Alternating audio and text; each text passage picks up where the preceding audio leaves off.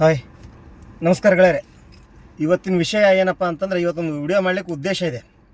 ಸುಮ್ಮನೆ ಹಂಗೆ ವಿಡಿಯೋ ಮಾಡೋಕೆ ಆಗ್ತಾಯಿಲ್ಲ. ಅದನ್ನು ನೋಡಿನೂ ನನ್ನ ಕೈಲಿ ಕುಂದ್ರಕ್ಕೆ ಆಗ್ತಾಯಿಲ್ಲ ಮೇಜರ್. ಎಷ್ಟೋ ಬಡ ವಿದ್ಯಾರ್ಥಿಗಳು ಅವರ ತಂದೆ ತಾಯಿ ಬೆವರಲ್ಲ, ಅದು ರಕ್ತ ಒಂದೊಂದು ರಕ್ತದ ಹನಿನ ಭೂಮಿಗೆ ಚೆಲ್ಲಿ ಬೆವರು ಸುರಿಸಿ ಮಾಡಿ ದುಡ್ದು ತಂದು ಹಾಕಿ ಮಕ್ಕಳಿಗೆ ಓದ್ಲಿಕ್ಕಂತ ಕಳಿಸ್ತಾರೆ. ಕಳಿಸಿ ಏನು ಮಾಡೋಣ? ಎಷ್ಟೋ ಜನ ಓದದೇ ಇರೋ ಮಕ್ಕಳು ಉದ್ಧಾರ ಆಗಿದ್ದಾರೆ. ಬಟ್ ಆದ್ರೆ ಓದಿ ಉದ್ಧಾರ ಆಗ್ಬೇಕು ಅನ್ನೋಂಥದ್ದು ಒಂದು ಕನಸು, ಗುರಿ. ಆ ಕನಸು ಗುರಿನ ಕಟ್ಕೊಂಡು ಮುಂದೆ ಸಾಗಬೇಕು ಅಂತಂದರೆ ಸುಮ್ಮನೆ ಓದ್ತಾ ಹೋದ್ರೆ ಆಗುತ್ತಾ? ಓದೇನು ಮಾಡೋಣ? ಒಂದು ಕಾಲ್ ಫಾರ್ಮ್ ಇಲ್ಲ, 3 ವರ್ಷದಿಂದ ಇಲ್ಲ, 4 ವರ್ಷದಿಂದ ಇಲ್ಲ ಅಂದಮೇಲೆ ಓದಿನ ನಾವು ಏನನ್ನ ಮಾಡೋಣ? ಇದು ನನ್ನ ಕ್ವಶನ್ ಅಷ್ಟೆ. ಸರ್ಕಾರ ಇಷ್ಟೆಲ್ಲ ಮಾಡ್ತೈತಿ, ಅದನ್ನೆಲ್ಲ ಮಾಡ್ತೈತಿ ಅಂತ ಹೇಳ್ತಾರಲ್ಲ. ಒಂದು ಯಾವುದೋ ಸಮುದಾಯದ ಕಟ್ಟಡ ಕಟ್ಲಕ್ಕ ಎಷ್ಟೋ ಕೋಟಿ ರೂಪಾಯಿ ಕೊಡ್ತೈತಿ. ಬ್ರಿಡ್ಜ್ ಕಟ್ಟಲಿಕ್ಕೆ ಒಂದು 20 ಲಕ್ಷ ರೂಪಾಯಿ ಕೊಡ್ತದೆ. 20 ಕೋಟಿ ಯಾವುದೂ ಲಕ್ಷದಲ್ಲಿಲ್ಲ, ಎಲ್ಲ ಕೋಟಿ ರೂಪಾಯಿಗಳಲ್ಲೇ ಇರೋದು.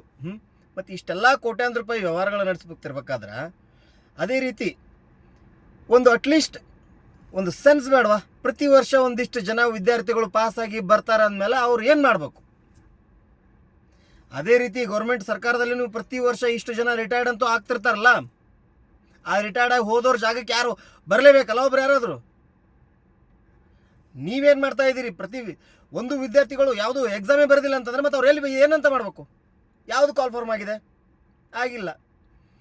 ಇದೇ ರೀತಿ ಸರ್ಕಾರಗಳು ಇದೇ ರೀತಿ ಮಾಡ್ತಾ ಹೋದರೆ ಮುಂದೆ ಒಂದು ದಿನ ಪರಿಣಾಮ ತುಂಬ ಗಂಭೀರ ಆಗ್ತಾವೆ. ಯಾವ ರೀತಿ ಯಾವ ಮಟ್ಟಕ್ಕೆ ಹೋಗ್ತಾವಪ್ಪ ಅಂತಂದರೆ, ನೇಪಾಳದ ಎಲ್ಲ ಸುದ್ದಿಗಳನ್ನ ನೋಡಿದ್ದೀರಿ, ಓದಿದ್ದೀರಿ. ಜಂಜೀಗಳು ಅಂತ ಹೆಸರಿಟ್ರು ಅವ್ರಿಗೆ. ಸುಮ್ಮನೆ ಮಾಡಿದ್ದಲ್ಲ, ಅವರು ಸಹನೆ ಮಟ್ಟ ಮೀರಿ ಒಡೆದು ಹೋಗಿ ಎಲ್ಲ ಆದ ನಂತರ ರೊಚ್ಚಿಗೆದು ಮಾಡಿದರು. ಇದೇ ರೀತಿ ಕರ್ನಾಟಕದಲ್ಲಿ ಆಗದೇ ಇರಲಿ ಅನ್ನೋ ಉದ್ದೇಶಕ್ಕೆ ಸರ್ಕಾರದವರು ನೀವು ತಿಳ್ಕೋಬೇಕು. ಒಂದು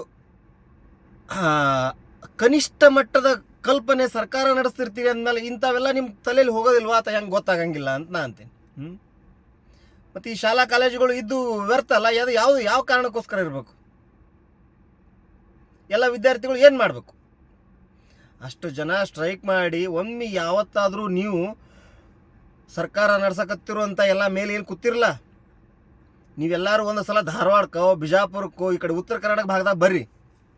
ನಿಮಗೇನು ಅರ್ಥ ಆಗುತ್ತೆ ಗೊತ್ತಾ? ಅಲ್ಲಿ 25 ರೂಪಾಯಿಗೆ ಊಟ ಇಲ್ಲಿ ಸಿಗುತ್ತಪ್ಪ ಅಂತಂದ್ರೆ ಅಲ್ಲಿ ಮುಂದೆ 20 ರೂಪಾಯಿ ಐತಿ. ಎಷ್ಟು ಒಂದು 2 ಕಿಲೋಮೀಟ್ರ್ ಹೋಗ್ಬೇಕು ಅಂದರೆ 2 ಕಿಲೋಮೀಟ್ರ್ ನಡ್ಕೊಂತ ಹೋಗಿ ಅಲ್ಲಿ ತಿಂದು ಬರ್ತಾರೆ. 5 ರೂಪಾಯಿ ಉಳಿದೈತಿ ಅಂತ, ಬರೀ 5 ರೂಪಾಯಿಗೆ.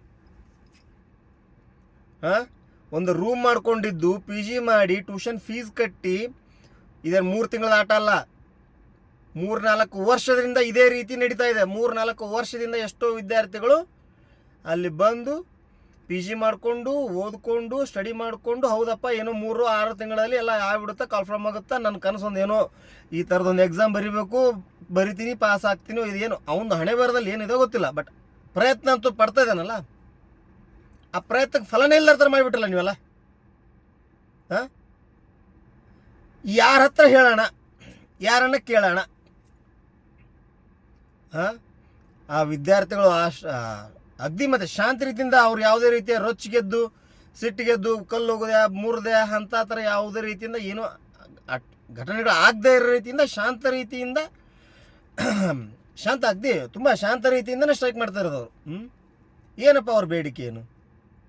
ಕಾಲ್ಫಾರ್ಮ್ ಮಾಡಿರಿ. ನಮ್ಮ ಕೈಲಿ ಆದ್ರೆ ಬರಿತೀವಿ, ಪಾಸ್ ಆಗ್ತೀವಿ. ಪಾಸ್ ಆದ್ರೆ ನೌಕರಿ ಕೊಡ್ರಿ. ನೀವೇನು ಬಂದು ಕಿಶನ್ ನಮ್ಮ ಮನ್ಯಾಗ ಕೂತೋನಿ ಕರೆದು ಕಿಶನ್ ಬಾರಪ್ಪ ನೀನು ನೌಕರಿ ಮಾಡಂತ ಅನ್ಬೇಡ್ರಿ. ನಮ್ಗೆ ನಮ್ಮ ಯೋಗ್ಯತೆ, ನಮ್ಮ ಶ್ರಮ, ನಮ್ಮ ಕಷ್ಟ, ನಮ್ಮ ತಂದೆ ತಾಯಿಗಳು ಎಲ್ಲ ಕಷ್ಟಗಳನ್ನು ನೋಡಿ ಇಲ್ವ, ಅದನ್ನು ನೋಡ್ರಿ ನಾಚಿಕೆ ಆಗ್ಬೇಕು ಈ ಸರ್ಕಾರಕ್ಕಂತ. ಅಲ್ಲ, ನಾನು ಕಣ್ಣಾರನ ಇದು ಯಾಕೆ ನಾನು ಈ ವಿಡಿಯೋ ಮಾಡಿ ಇಷ್ಟು ಇದನ್ನು ಮಾಡ್ತಾ ಇದ್ದೀನಪ್ಪ ಅಂತಂದ್ರೆ, ನಾನು ಕಣ್ಣಾರ ನೋಡ್ದಂಥದ್ದು ಇದು.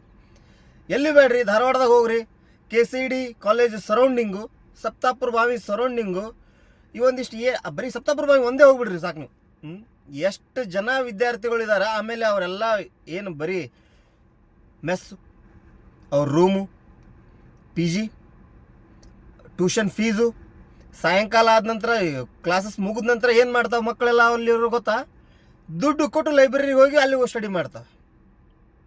ಯಾಕೆ ರೂಮಲ್ಲಿ ಕುಂತ್ರೆ ಆಜು ಬಾಜು ಪಕ್ಕದಲ್ಲಿ ಡಿಸ್ಟರ್ಬೆನ್ಸ್ ಆಗುತ್ತಾ, ಮೈಂಡಿಗೆ ಹೋಗೋದಿಲ್ಲ ಏನೋ ಅನ್ನೋ ಒಂದು ಉದ್ದೇಶಕ್ಕೆ ಅಷ್ಟೆಲ್ಲ ಖರ್ಚು ಮಾಡಿ ಅಲ್ಲಿ ಹೋಗಿ ಕುಂತು 4 ವರ್ಷ ಗಂಟ್ಲೆ ಮಾಡ್ತಾರಪ್ಪ ಅಂತಂದ್ರೆ ಇದು ಯಾವ ರೀತಿ ನ್ಯಾಯ ರೀ? ಹಾಂ, ಸರ್ಕಾರದವ್ರೆ, ಸರ್ಕಾರ ನಡೆಸೋರೆ ನೀವು. ಇದನ್ನು ಯಾವುದೂ ಸೋಷಿಯಲ್ ಮೀಡಿಯಾ ಇನ್ಫ್ಲೂಯೆನ್ಸರ್ಗಳು, ನಾವೇನು ದೊಡ್ಡ ಇನ್ಫ್ಲೂಯೆನ್ಸರ್ ಅಂತ ಹೇಳ್ಕೊತಲ್ಲ, ಕೆಲವೊಂದಿಷ್ಟು ದೊಡ್ಡ ಇನ್ಫ್ಲೂಯೆನ್ಸರ್ಗಳು ಈ ಥರದ ವಿಡಿಯೋಗಳು ಮಾಡಿ ಹಾಕ್ರಿ. ಯಾಕೆ ಹೇಳ್ರಿ, ಇದರಿಂದ ಮಾಡ್ತಾ ಇರೋದು ನೀವು ಯಾವ ಶ್ರೀಮಂತರಿಗೆಲ್ಲ, ಇದು ಬಡ್ರ ಮಕ್ಕಳದ ಬಾಳೆ. ಇದು ನ್ಯೂಸು ಮೀಡಿಯಾದವರು ಇವತ್ತು ಒಂದು ದಿನದ ಪ್ರೋಗ್ರಾಮ್ ಇವ್ರದ್ದು, ಒಂದು ದಿನದ್ದು ಅಲ್ಲ, 1 ಗಂಟೆ ಪ್ರೋಗ್ರಾಮ್ ಅಷ್ಟೇ ಅವ್ರದ್ದು. 1 ಗಂಟೆಯಲ್ಲಿ ಆ ಮಕ್ಕಳ ಭವಿಷ್ಯ ನಿರ್ಧಾರ ಮಾಡಿಬಿಡ್ತಾರೆ ಅವರು ಮೀಡಿಯಾದವರು. ರಾಜಕೀಯದವರು ಅಂತೂ ಈ ಕಡೆ ಕಿವಿ ಹಾಕೊಳ್ಳಲ್ಲ, ಈ ಕಡೆ ಬಿಡೋಂಗಿಲ್ಲ. ಅದಕ್ಕೆ ವಿದ್ಯಾರ್ಥಿಗಳೇ, ಎಲ್ಲ ಕಡೆಯಿಂದ ವಿದ್ಯಾರ್ಥಿಗಳು ಒಗ್ಗಟ್ಟಾಗ್ರಿ. ಒಗ್ಗಟ್ಟಾದಾಗ ಮಾತ್ರ ಇದಕ್ಕೆ ಪರಿಹಾರ ಸಿಗೋದು. ನನ್ನ ಅನಿಸಿಕೆ ಏನಪ್ಪ ಅಂತಂದರೆ, ಎಲ್ಲ ವಿದ್ಯಾರ್ಥಿಗಳು ಈಗ ಧಾರವಾಡದಲ್ಲಿ ಮಾಡಿದ್ರು ಅಂತ ಬಿಜಾಪುರ್ನಾಗ, ಬಾಗಲಕೋಟೆಯಾಗ, ಬೆಂಗಳೂರಿನಾಗ ಕುಂತವರು ಸುಮ್ಮಿರಬೇಡ್ರಿ. ನೋಡಿ, ನೀವು ಅದಕ್ಕೊಂದು ಕೈ ಜೋಡಿಸ್ರಿ. ಹನಿ ಸೇರಿದ್ರೆ ಹಳ್ಳ, ಅದೆಲ್ಲ ನಿಮ್ಗೆ ಗೊತ್ತಿರೋದೆ. ಮತ್ತು 3-4 ವರ್ಷ ಅದೇ ನೀವು ಕುಂತು ಓದೋರೆ ಈಗ ಓದಾಕತ್ತೀರಿ ಸ್ಟಿಲ್. ಉಪಯೋಗವೇನು? ಇನ್ನೂ 1 ವರ್ಷ ಹಿಂಗೆ ಹೋದ್ರೆ ಹೆಂಗೆ? ಅದಕ್ಕೆ ನೀವೆಲ್ಲ ಕೈ ಜೋಡಿಸಿ ಆದಷ್ಟು ಸರ್ಕಾರಕ್ಕೆ ಒತ್ತಡ ಹಾಕಿ ಕಾಲ್ಫಾರ್ಮ್ ಮಾಡೋ ಥರ ಮಾಡಿ, ಅದು ಕಾಲ್ಫಾರ್ಮ್ ಮಾಡಿ 6-8 ತಿಂಗಳ ಕುಂದ್ರೋ ಥರ ಮಾಡಬೇಡ್ರಿ. ಕಾಲ್ಫಾರ್ಮ್ ಆಯಿತಾ, ವಿದಿನ್ 3 ಮಂತ್ಸಲ್ಲಿ ಎಕ್ಸಾಮ್ ಆಯಿತಾ, ಮತ್ತೆ 1 ತಿಂಗಳಲ್ಲಿ ಅನೌನ್ಸ್ ಆಯ್ತಾ ರಿಸಲ್ಟು, ಅದೆಲ್ಲ 1 ಬೈ 1 ಸ್ಟೆಪ್ ಕ್ವಿಕ್ ಆಗಬೇಕು.